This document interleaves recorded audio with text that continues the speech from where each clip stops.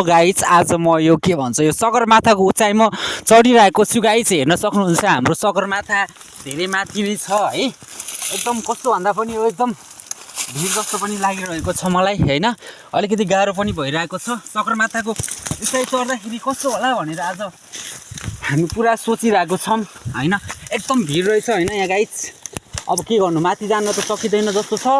अब यस्तो भिडमा होइन चढेर हामी त्यही पनि सगरमाथाको उचाइ गरिरहेछ मैले हामी होइन। ल चढिरहेको छौँ र कस्तो लागिरहेछ भन्दाखेरि यो भिड चाहिँ एकदम गहिरो रहेछ होइन। अनि चक्क लगाएर यसरी हामी चढेर हामी शिखरको उचाइमा हामी जाँदै रहेका छौँ र कस्तो गाह्रो भयो, डर लाग्यो। अब डर लाग्दो रहेछ यहाँ त है। ल हातखुट्टा पनि लकलक कामिरहेछ होइन। भिरपाखामा हामी जाँदैछौँ। ल सबैजनाले गाइज ल कस्तो गाह्रो भयो यार। ल भयो भयो भयो भयो